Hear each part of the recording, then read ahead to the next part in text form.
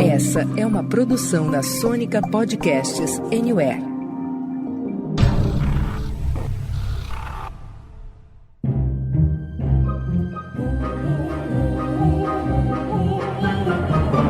Senta, que lá vem spoiler.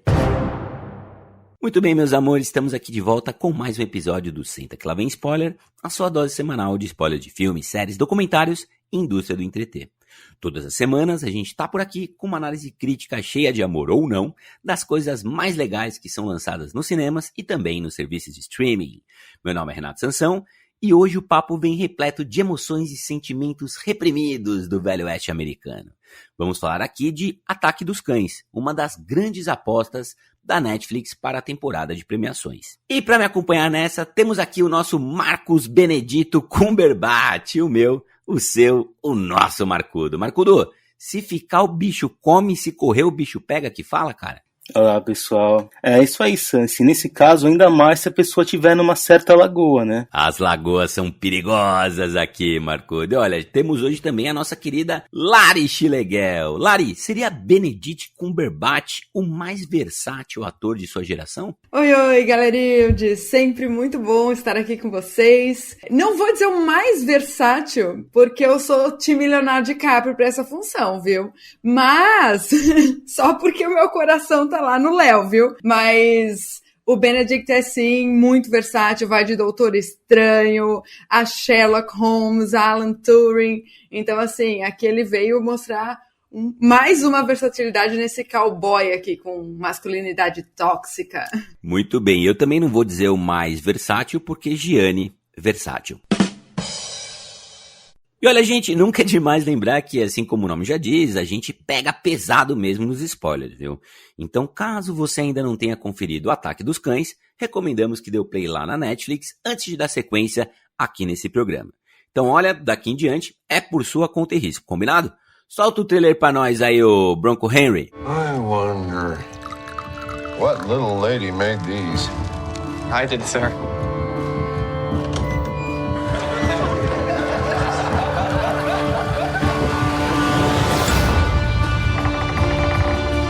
Well, Brother Phil?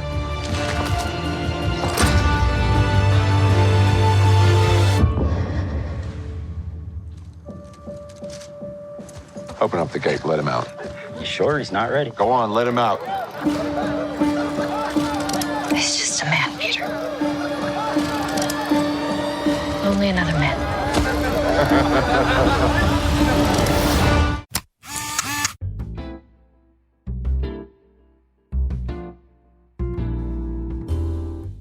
Muito bem, meus queridos, olha, o negócio é o seguinte, hein? O título original do filme The Power of the Dog é a adaptação de um livro de mesmo nome lançado pelo grande Thomas Savage em 1967 e que até hoje é um tremendo de um sucesso aí de vendas em todo o mundo. Temos basicamente a história de um fazendeiro durão que trava uma guerra de ameaças contra a nova esposa do irmão e seu filho adolescente, até que segredos antigos desabrocham. A direção aqui é de Jane Campion, aquela mesma que fez o clássico e premiadíssimo O Piano, de 1993. E no elenco temos grandes nomes, como Benedict Cumberbatch, Jesse Plemons e Kirsten Dunst. É legal que o elenco tem todos esses nomes, mas o grande destaque mesmo, melhor, um dos maiores, é o Jodie Codd-Smith, né? Aquele moleque que faz o Peter. Olha, que atuações, meus queridos. Pra mim, elenco impecável. Adorei esse filme, tá? Eu gosto de filmes que trazem reflexões que não terminam quando acaba, sabe? Que você vai ficar pensando, vai reconstruindo a história ali na sua cabeça. Adoro isso. Mas, dito isso, também preciso dizer que não é um filme pra todo mundo, viu? Olha só, hein? E antes da gente mergulhar de cabeça aqui na resenha de Ataque dos Cães, vamos dar uma rápida passadinha pra ver o que público e crítica tem achado aqui dessa produção. Conta pra gente, Marcudo. Olha, Sansa, se a voz do povo é a voz de Deus, a Netflix devia mesmo investir nesse filme no próximo Oscar. Isso porque no IMDb temos quase 20 mil avaliações e a nota média 7. No Metacritic, o Metascore aponta impressionantes 90 de 100. No Letterboxd, o filme está com 3.8 de 5. E no Rotten Tomatoes, o filme conta com apenas 67% de aprovação do público, mas em compensação, 96% da crítica dá tomates frescos para ele. Mas chega a hora da gente falar do que realmente importa aqui nessa bagaça, que é a opinião do Senta que lá vem spoiler. E aí, quem começa? Então, esse filme, ele chega aí como um drama, um western e tal, que quer desconstruir aquele estereótipo do cowboy machão, durão, indestrutível, sabe? Mas o intrigante é que ele vai fazer isso justamente nas sutilezas, é na simbologia que ele traz e que é, assim, meticulosamente construído nas mãos da Jane Campion, que é a diretora. A gente tem o Phil, que é esse personagem aí que numa primeira camada é super arrogante e vai representar aí essa masculinidade tóxica, mas que aos poucos a gente vai descobrindo um outro lado dele. E é justamente isso que torna o filme intrigante. Ele persegue a cunhada, né, a esposa do irmão, que chega ali na fazenda, e ele vai psicologicamente atazanar a vida dela e, coitada, ela realmente vai ficar destruída aí nessa perseguição que ele faz com ela, mas tem muito a dizer sobre esses personagens, e obviamente o filho dela, que a gente vai falar mais pra frente, que é o Peter, ele vai trazer um contraponto, que na verdade é um reflexo até do que o próprio Phil representa. Curioso, né, cara? Eu jamais imaginei que a gente fosse debater a masculinidade tóxica num faroeste, entre aspas, assim, né? Porque é sobre isso que o filme é, no fim das contas, né? Também. Como é bom, né, gente, ter uma diretora, um diretor que sabe o que tá fazendo, né? Autoral, que tem sua marca, que coloca isso em detalhes do filme de forma muito carinhosa, muito meticulosa, né? Foram alguns anos de trabalho da Jane Campion aqui, e o resultado é fantástico, né? Dá pra ver muito toque dela. Já vejo ela sendo indicada aí nas premiações, porque o filme é dela, apesar da atuação brilhante de todos os atores aqui. E assim, não tem como não falar do Benedito, né, cara? Cumberbatch. A Lari falou bem aí de alguns filmes que ele fez, né? Tem vários filmes interessantes dele. Essa capacidade dele de estar no papel, e até eu vou discordar um pouquinho da Lari, eu não sei se o Leonardo DiCaprio faria esse papel, sabe? Se ele conseguiria ser esse cara na interação ali com o menino, nos olhares, né? Completamente duro e cascudo, que toca o banjo, né? Que toca o gado, que vai ali no prostíbulo com os caras, só que não encosta em ninguém, né? Muito curioso, porque ele só lidera, ele é tão bom e tão puro que ele vai com a galera, mas não encosta em nenhuma das mulheres. E esse personagem vai igual uma cebola, né? As camadas dele vão caindo uma por uma e a gente vai descobrindo muito mais disso. Então, uma atuação primorosa do Benedict Cumberbatch, certeza absoluta que ele será indicado, não sei se vencedor, mas será indicado logo mais. E um filme muito interessante, né, Marcudo? Muito diferente do que a gente tem visto no algoritmo da Netflix, né? Aqueles filmes que você já sabe começo, meio e fim, já sabe até quando vai vir o plot twist. Aqui não. Aqui a gente tem um ritmo completamente diferente e um filme que não tem nada a ver com o que a gente tem visto na plataforma, né? Muito curioso, e que venham mais filmes assim na Netflix. Pra variar, eu fui assistir o filme sem muita expectativa, mas dessa vez funcionou. O filme tem 2 horas, é contemplativo em vários momentos, mas não me cansou. Eu fiquei imerso naquela história, naqueles personagens muito bem construídos e naquela narrativa do filme, né? Eu concordo com Sansa que, acima de tudo, Ataque dos Cães é um filme muito bem escrito e dirigido. É muito legal o que a Jane Campion faz, né? Ela planta a pista logo no começo, com o Peter fazendo aquela narração sobre como ele precisava salvar a mãe. Só que a gente só ouve a voz e aquilo acaba se perdendo no decorrer do filme, né? A gente não percebe que ele está falando no início ou que ele vai fazer no final. Eu achei muito bem amarrado. E é importante também um diálogo que ele tem com o Peter, que o Peter tem com o Phil, onde ele conta que o pai dele dizia que ele era pouco dócil e forte demais, que parece um conflito com o que a gente vê do garoto durante o filme, né? Mas se aflorar no final. Eu gosto muito de como a Jane Campion usa vários planos abertos para valorizar o cenário natural e para mostrar como os participantes daquela história são pequenos dentro de um quadro geral. E para contrastar com isso, ela pega os personagens por baixo, ela deixa eles maiores e mais fortes em uns momentos cruciais. Um bom exemplo disso é que ela faz isso com o Peter antes de ele sair para aquela cavalgada, quando ele encontra o animal morto que desencadeia todo o fim do filme. E a fotografia aproveita bastante esses recursos naturais e também o escuro. E o elenco realmente está muito bem, o Cumberbatch é o principal destaque, mas como eu falei, o Cody Smith McPhee, que faz o Peter, não fica muito atrás. Enfim, Ataque dos Cães realmente é um dos grandes acertos da Netflix nesse ano. Gente, entrando um pouquinho mais a fundo para vocês sobre o que é Ataque dos Cães, né? Eu confesso que eu fui pro filme sem saber nada. Eu esperava um faroeste violento, cheio de cachorros atacando, mas a ideia é completamente diferente disso e a gente acaba tendo um filme que funciona muito mais no terreno das sugestões, como falou a Lari, do que da ação em si, né? Além dessa desconstrução do estereótipo do cowboy machão aí, eu vejo muito nas entrelinhas que é um filme sobre vingança. Ele vai trabalhar sobre isso, falando sobre a sexualidade também desses cowboys. E é justamente na sutileza que ele vai desconstruir isso, porque tem uma tensão sexual muito grande no filme, que a diretora escolhe por não mostrar nada explicitamente, tudo é feito na simbologia. Ela convida a gente a fazer as asserções e ir preenchendo essas lacunas, o que torna o filme muito bonito. É não tocar no lenço, é no visualizar uma caixa com revistas, livros, enfim, que vai revelar o passado, mas que não precisa mostrar, por exemplo, um flashback para dizer quem era o personagem, o que ele fez. E tem, ao mesmo tempo, a gente vê no olhar dos personagens em todos eles, desde a mãe que tá lá. Gente, é de partir realmente o coração ver a Kirsten Dunst lá, como a Rose, a mãe do Peter. Ela tá, assim, destroçada por dentro, mas ela não consegue agir. Tudo que ela faz é esperar as coisas acontecerem. E o Peter, ele enxerga isso na mãe dele. Eu acho incrível isso, porque esse personagem que é afeminado, e que aparentemente é o sensível, ele vai se apresentar o mais forte.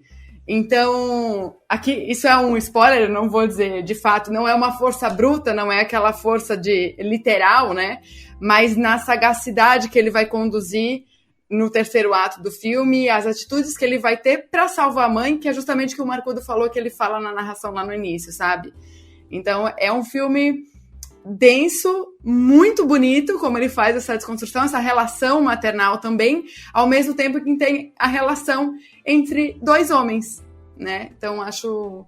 A história realmente me fisgou, viu? Eu continuo pensando no filme e tendo aquela vontade de assistir de novo pra ver o que ele vai me entregar na segunda vez que eu for reassistir, sabe? Ô Lari, você falou de cortar o coração, aquela cena do piano, eu acho que ali, eu não sei, eu posso estar falando besteira, eu acho que ali a Kirsten Dunst levou o Oscar dela pra casa, porque ela tá tudo encurvada, você sente a tensão, ela treme, você fala assim, cara, o dedo dela tá duro, ela não vai conseguir tocar aquele piano, que cena bem construída, né? Eu fiquei tensa pensando o que vai acontecer, tipo, o que ela vai fazer agora, sabe? Ela vai ficar paralisada, o que vai rolar, sabe?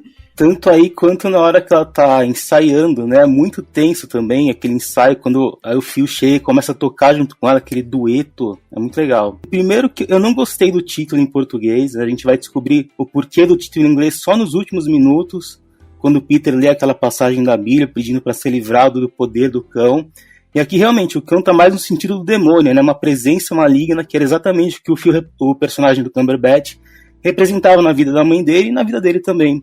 Né? E é muito interessante observar como a Jane Campion e o Ari Wegner, que é o diretor de fotografia, vão construindo essa imagem. Sempre que possível eles colocam o Cumberbatch na sombra. No começo do filme, quando eles estão lá hospedados lá no hotel da Rose, tem até um momento que por uns segundos ele vira uma silhueta toda construída de sombra e escuridão. Então eu acho que o principal tema do filme é esse, as presenças sombrias que fazem a gente se perder. E não é uma coisa simples, né? Ele não é só um cara obscuro, ele teve o próprio demônio dele, que foi o tal do Bronco Henry, aquela entidade que fica sobrevoando o filme o tempo inteiro. E nesse sentido, dá para enxergar as semelhanças com Brokeback Mountain e Me Chame Pelo Seu Nome. Fica claro que o Phil tem um desejo reprimido, até pelas revistas, como a Lari lembrou, que o Peter encontra no esconderijo dele. Naquela última noite no celeiro, a gente nota toda uma tensão sexual. Aquela cela do Bronco Henry é um objeto sexualizado também. Então tem todo esse pano de fundo no filme.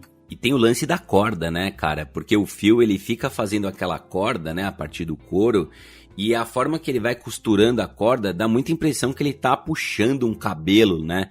E aí ele vai e acocha a corda, né, num movimento bem sexual, né? A câmera, inclusive, foca ali na pelvis dele, enquanto ele faz a corda pro moleque ali, que ele quer dar a corda pro menino, porque ele se vê no moleque, né? A verdade é essa, né? O Bronco Henry é claramente um cara mais velho, mais experiente, que ensinou muitas coisas. Ele fala, Bronco Henry era foda, ele dormia dentro de um boi igual o Leonardo DiCaprio, do Bisão, ele era corajoso, ele matava o urso na porrada, ele era o cara, ele me ensinou tudo, nessa situação ele faria isso. Você, caramba, esse Bronco Henry é foda mesmo, né? E é muito interessante também como o Bronco Henry não é mostrado. Eu fico muito feliz que a diretora não tenha escolhido qualquer ator X, ou feito um flashback, ou mostrando quando ele fala assim, porra, teve um dia que pra gente sobreviver no frio, a gente dormiu um abraçado no outro e tal, e o moleque inclusive pergunta, e vocês estavam nus? É muito sagaz essa pergunta, né? É verdade. E não precisa ter flashback, você não precisa ver o cara dormindo peladão lá, você já tá imaginando, a diretora já tá te conduzindo pra esse caminho, né, Lari? Nossa, a gente vai imaginando tudo isso e eu anotei, não tem flashback e isso é sensacional. É algo que ela realmente mexe com o nosso imaginário e na sutileza do amarrar a corda, o que você falou da cintura, é cada take que ela coloca ali que a gente vai imaginando enquanto assiste, que não precisa mais do que isso. Por isso o filme é contemplativo, traz muita simbologia e torna ele especial. E eu só queria acrescentar ainda com relação ao título do filme, né, The Power of the Dog, e isso que o Marcudo foi falando da relação com um demônio, né, e o que o próprio Phil representa, escondido pela casa e escondendo também a sua opção sexual e tudo mais, diante daquilo que ele representa enquanto cowboy, mas eu ainda vou além nessa representação do cachorro, porque eu acho o máximo a parte da sombra do cachorro na montanha, ali ao fundo, no horizonte, que ele conversa com o Peter, é linda a cena, e ele fala, eles são os únicos 3 que veem o cachorro, né? E você pensa que o poder do cachorro passou do Bronco para o Phil, e que, na verdade, a gente vai descobrir no final do filme que o poder do cachorro tá no Peter. E isso, a forma como é construída, e você, quando termina o filme, você pensa, what? É isso mesmo? Eu preciso voltar a ver o final de novo, eu quero reconstruir tudo isso que foi sendo mostrado, se isso que eu pensei é de verdade aquilo que aconteceu. E é no sorrisinho que o Peter dá lá no final, que realmente entrega, assim, tudo aquilo que ele articulou e que mostra o poder do cachorro, que não é o animal mais poderoso lá da fazenda e enfim, daqueles arredores, mas é o que vai mostrar realmente a sua inteligência, sabe? Então, e essa é a minha interpretação, falem aí o que vocês acham também, né? Mas eu acho isso muito poderoso e muito bonito no filme. E a gente tá falando aqui do Peter, né? O Marcudo destacou a atuação do ator, que tá excelente mesmo. E tem 2 passagens dele que me chamaram muito a atenção do ator mesmo. Que eu falei, caralho, que puta ator. Né? A primeira delas é quando... Esse menino é um menino muito sensível, né? Muito delicado e tal. E ele faz flores de papel, né? Flores muito bonitas, por sinal, que ficam de decoração ali no restaurante, ali da mãe, né? E aí a primeira cena, né? Do Phil com ele fala assim, nossa, que trabalho delicado, feito por uma menina. Ele, não, sou eu que faço. Eu faço assim assado, sei lá o que. E aí o Phil dá uma entortada, uma engrossada pro menino se sentir ridicularizado na frente dos outros, né? É o primeiro corredor polonês que ele vai passar. A reação dele ali, cara, pra entrar, pra passar pela mãe e pra no final simplesmente relaxar com um bambolê na cintura... É muito curiosa, cara, é muito bem construído.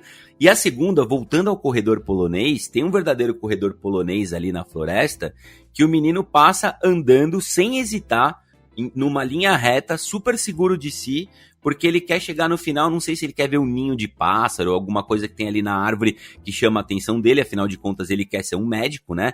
Ele quer se tornar médico, então tudo que é animal, coisas do tipo, interessa a ele, pra ele abrir os animais e conhecer mais sobre a medicina e tudo mais, né, naquela época. E ele passa no meio de todo mundo numa boa, velho. Em nenhum momento ele hesita, ele demonstra medo, ele tá muito seguro de si e da própria sexualidade, né? Fazendo uma contradição enorme com o Phil, que tá completamente inseguro. E é muito legal de ver isso na tela. E é exatamente nesse momento que tem a virada do Phil com relação a ele, né? Que o Phil começa a tratar ele de outra forma, ou enxergar ele de outra forma. E ainda, pra acrescentar, eu acho que ele mostra a coragem desse personagem logo nessa cena que você mencionou, Sansa. Porque ele tá falando, o filme menciona sobre o capricho de quem fez as flores e que são bonitas, provavelmente feitas por uma mulher, e ele vai lá e fala, não, fui eu que fiz. Ele não hesitou em falar que é dele aquela arte, sabe?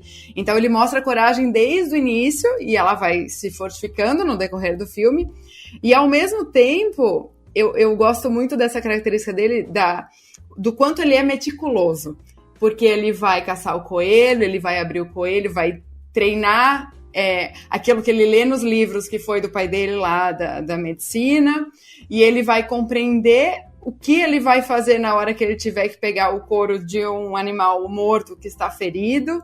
Então ele vai construindo isso desde o início, e que quando acontece o término do filme, não é uma surpresa do tipo, sim, a gente é surpreendido, mas não é assim, e até parece.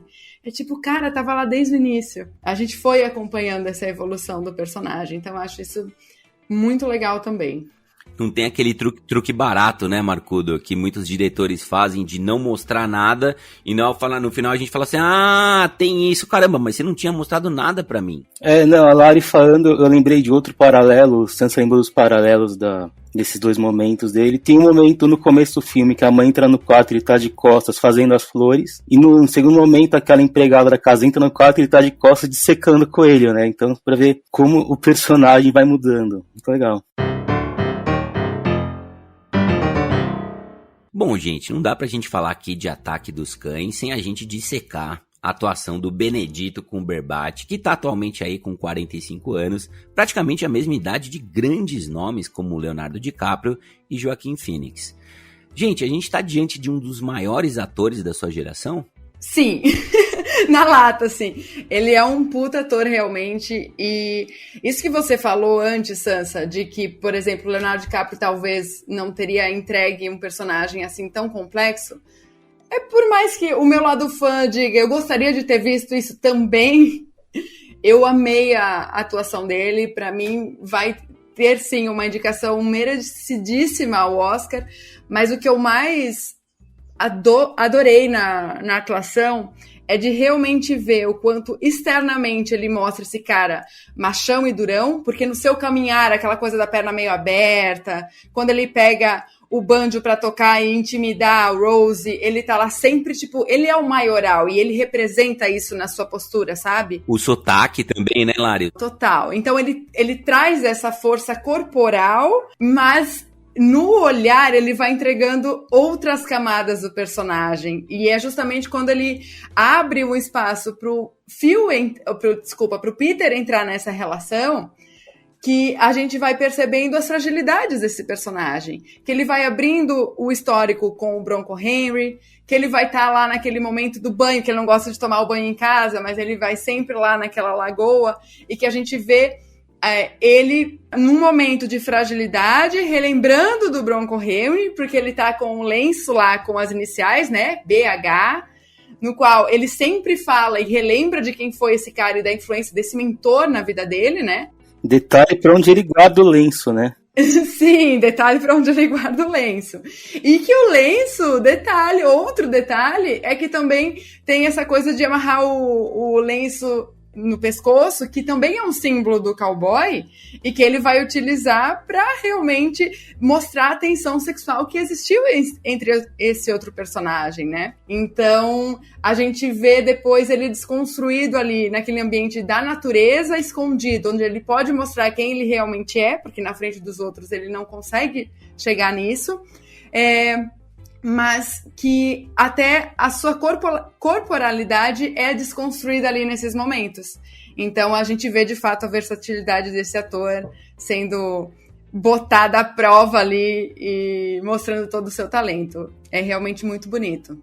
Eu não sei se essa é a maior atuação da carreira dele, mas ele tá entre um dos maiores da geração, sim. Eu acho ele meio que nem o Philip Seymour Hoffman, ele vai bem em tudo que ele faz. O Sansa lembrou do vilão do Star Trek, do Jogo da Imitação, que é um filme que eu não gosto muito, mas ele tá muito bem. Eu gosto dele como Doutor Estranho, acho bem convincente.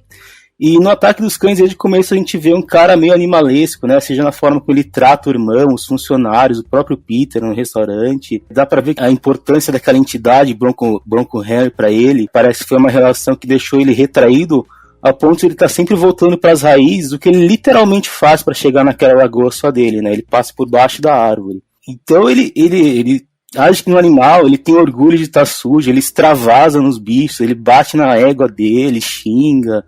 Ele caça os animais com a mão sem luva, sem nada. É realmente uma atuação bem crua, né? Achei bem legal. Eu acho interessante a gente relacionar essa sujeira, essas camadas, essa casca de sujeira que ele tem com as camadas dele mesmo, né? Porque a impressão que dá é que o fato dele tá sujo, tá sem tomar banho, tá fedidaço e tal, é uma forma dele se proteger ali, né? Dele criar uma casca, entre aspas, que acaba sendo uma casca de sujeira também, né? Porque é exatamente no momento do banho, quando você realmente, sem você falar assim, cara, não é possível. Eu acho que o Benedito ficou real oficial 1 mês sem tomar banho, porque ele parece sujo mesmo, velho. Ele parece imundaço, fedidaço.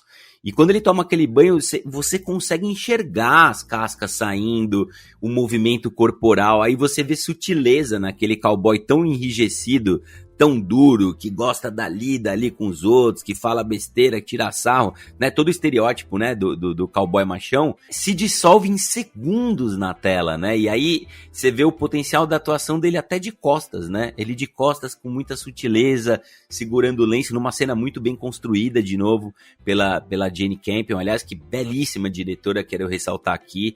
Quantidade não é qualidade, às vezes você faz poucas obras, mas com o carinho necessário, com o apuro necessário, e até com fidelidade à obra original, né, do Savage, que é um livro best-seller, principalmente lá nos Estados Unidos, né, reconhecido, premiado, né, e quem lê o livro fala que o filme é muito fiel à obra original, isso eu gosto muito.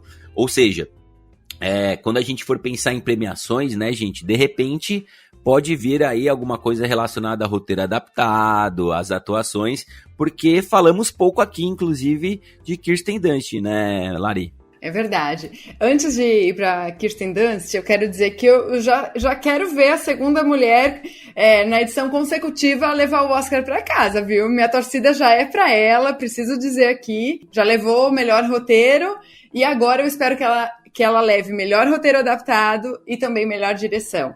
E aí agora sim, entrando na Kirsten Dunst, nossa... Ela realmente não precisa ter muitos diálogos, muitas coisas para representar toda aquela dor que ela tá sofrendo. Quando, num primeiro momento, a gente tem essa personagem que ela é contra a bebida alcoólica, né? A gente vê quando ela tá trabalhando lá na casa dela, recebendo as pessoas para almoçar, que o pessoal está alterado, tocando piano. Ela fala, eu não gosto disso, ela deixa muito claro. E aquela cena do piano que nós mencionamos antes, que é muito bonita, bonita e tensa, na verdade, né? Que o Phil coloca uma pressão muito grande para ela tocar e ela não se sente capaz disso. O que ela faz em seguida, quando ela realmente assume essa derrota, é beber, é pegar um drink que até então ela era contra e de repente isso se torna um caminho sem volta. Ela vai ser essa mãe alcoólatra que vai ficar na cama deitada, ela vai beber, que o próprio Phil, que é o cara sujo, né, que não gosta de tomar banho e tudo mais, embora a gente tenha falado dessa cena ali no lago, mas ele fala que ela vai beber naquele lugar, naquele beco fedido, ou seja, ele pontua que aquele lugar fede e olha onde que ela tá indo beber, sabe? E ela vai definhando, e a gente sente as dores dessa mulher que não consegue se impor dentro da própria casa, ela não tem atitude para absolutamente nada e vive à mercê desse medo que o Phil vai psicologicamente trazendo aí para a vida dela. Então, eu amei a atuação, eu realmente fiquei bem sensibilizada com isso e a relação dela com o filho também. A atuação de todos eles, né? Tô curioso porque o Marcudo aqui tem uma lista de anotações dele. Eu quero saber, Marcudo, em quais categorias você acha que Ataque dos Cães tem chance aí no Oscar 2022? É difícil falar sobre o Oscar sem ter visto muitos concorrentes, mas dá pra dizer que o filme vem forte pra ator, com certeza, talvez ator coadjuvante. E falando um pouquinho rapidinho do Jesse Plemons, né, porque é um personagem interessante, ele se apresenta como um cara super forte, mas ele pouco confronta o irmão, mas a relação deles é muito conturbada, né, e tem uma cena muito legal, é singela, é sutil, o Jesse Plemons tranca a porta do banheiro E os olhos do Phil ficam marejados, né? Parece que trancou uma porta entre os dois.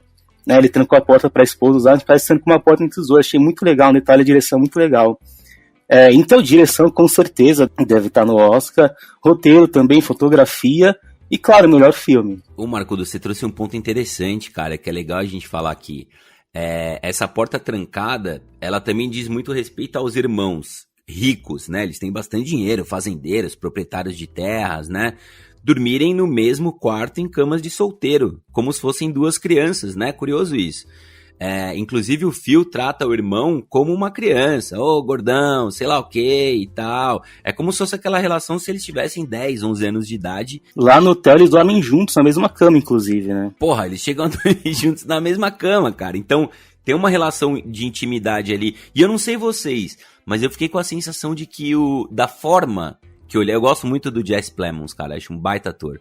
Eu acho que a forma que ele olhava o irmão e conversava com o irmão, eu acho que ele compreendia o que aconteceu entre o irmão e o Bronco Henry, sabe, cara? Eu acho que ele tinha ciência de tudo aquilo. Não acho que é uma coisa que ele não soubesse nem desconfiasse. Eu acho que ele até era um irmão que cuidava a forma dele do Benedito, né? Eu concordo. Eu acho até que ele tinha uma postura meio de proteção diante do irmão, por mais que o irmão fosse o cara, o cowboy fortão, assim. Mas, ao mesmo tempo, eu preciso dizer que eu gostaria de ter visto mais o Jesse Plemons em tela, viu? Eu acho que o roteiro desfavorece um pouco esse personagem, que a gente podia ter visto mais essa relação construída entre eles, mais...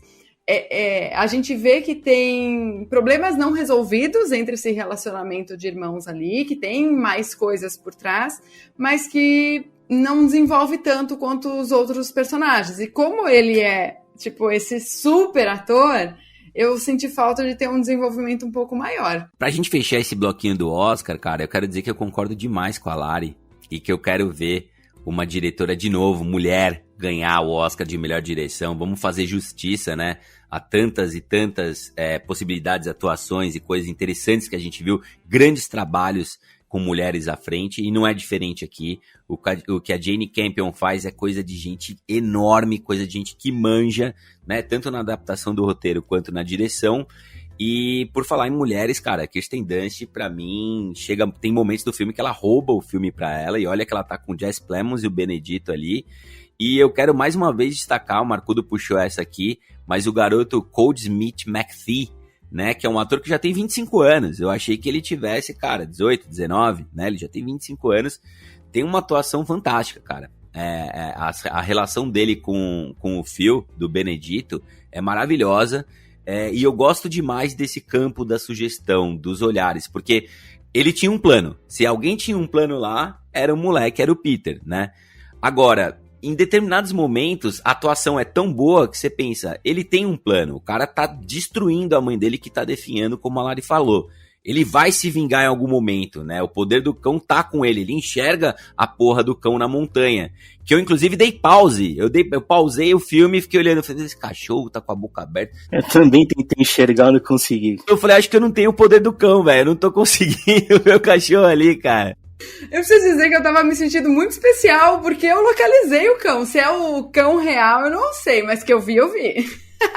Você viu o cão, Lari? É tipo aquelas nuvens, né, cara, no céu que você vê. Eu falo, cara, eu tô vendo só algodão. Apesar do menino ter um plano, né, pra vingar a mãe, como vocês bem colocaram, eu acho que em determinado momento ele se envolve com o Phil, né? Porque quando ele descobre aquela caixa guardada com aquelas do Bronco Harry, e ele vê as iniciais BH e saca tudo que tá rolando, e até usa isso a favor dele, fazendo perguntas capciosas, eu acho que em determinado momento ele gosta, porque ele vai ganhar uma corda, né? Que é aquela corda que tem muita simbologia aqui, que ele guarda embaixo da cama. Ele não queima a corda, ele não joga a corda fora. Não, ele guarda com certo carinho, assim como o Phil guardava a cela do Bronco Henry, né?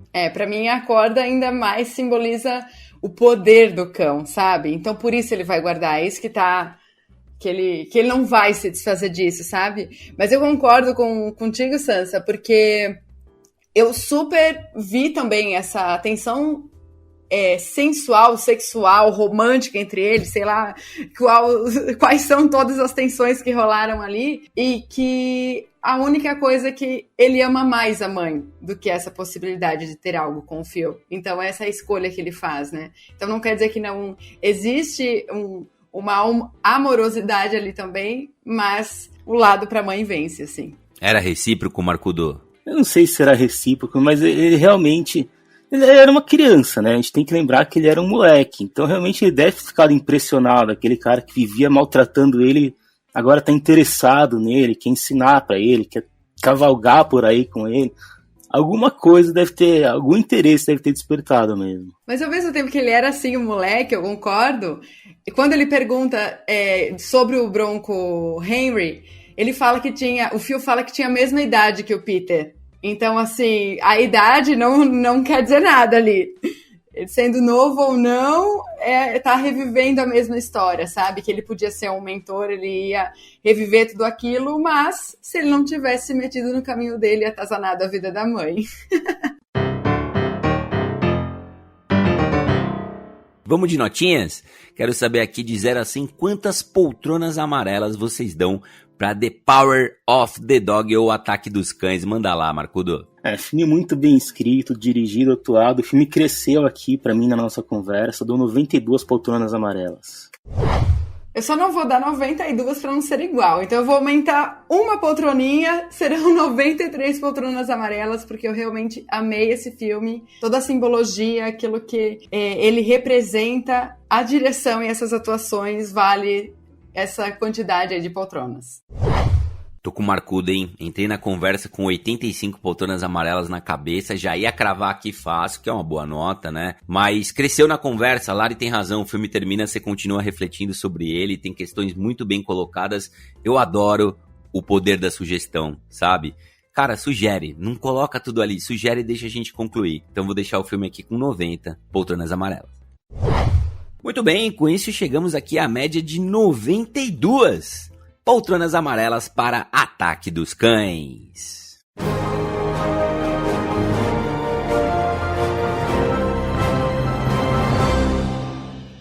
Muito bem, queridos, agora eu vou pedir para vocês rapidinho, praticamente um tweet, um motivo, um incentivo de cada um para quem ainda não viu, ir lá na Netflix, dar o play em Ataque dos Cães. Conta pra gente, dona Lari. Ela, a Jane Champion. Trocadilho tipo Sansa hoje. Porque pra mim ela já é a vencedora do Oscar ali, eu amei. Por ela já vale o play. Eu recomendo pelo Peter, né? Pelo Cole Smith McPhee. O arco inteiro dele é excelente, é bem legal e pegando cada camada. Eu adoro subversão temática, cara. Quando você pega o cowboy machão, o cowboy destemido, aquele cara que bereze e tal, que a gente costuma ver nos filmes de faroeste, e você desconstrói inteiramente numa atuação brilhante do nosso Benedito. E é isso aí, minha gente. Nós vamos ficando por aqui, sempre lembrando que todas as semanas tem episódio fresquinho do Senta Que Lá Vem Spoiler pra você escutar aí na sua cama, no seu sofá, na cela do Bronco Henry, no carro, no busão, na academia, lavando aquela pia de louça gostosa ou zapeando pelos serviços de streaming e salas de cinema em busca da sua próxima aventura. Obrigado, queridos! Valeu, gente! Amei nossa conversa, viu? Um beijão pra você que tá em casa e até a próxima! É isso aí, pessoal. Valeu e até a próxima. Obrigado, Marcudo. Obrigado, Lari. Obrigado você que ouviu a gente até aqui. Um abraço a todos e até a próxima. Tchau! Beijo grande, assistam, sigam as redes do Senta Que Lá Vem Spoiler e aí escreve o que vocês estão achando. Beijão!